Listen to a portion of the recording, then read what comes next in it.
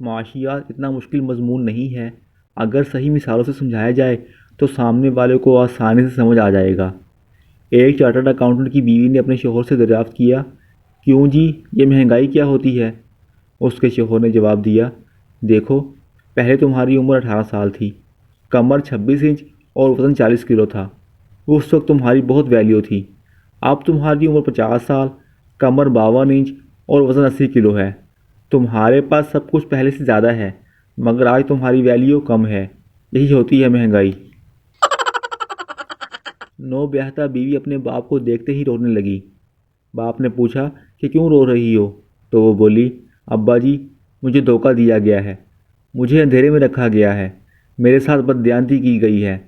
جس آدمی سے میری شادی ہوئی وہ پہلے سے شادی شدہ ہے اور اس کے 5 بچے بھی ہیں۔ باپ نے بیٹی کو تسلی دیتے ہوئے کہا، ہاں بیٹی، بہت زیادتی ہوئی ہے تمہارے ساتھ۔ بیٹی بولی، جی ابا جان، میرے ساتھ تو ظلم ہوا ہی ہے، میرے 6 بچوں کے ساتھ بھی دھوکہ ہوا ہے۔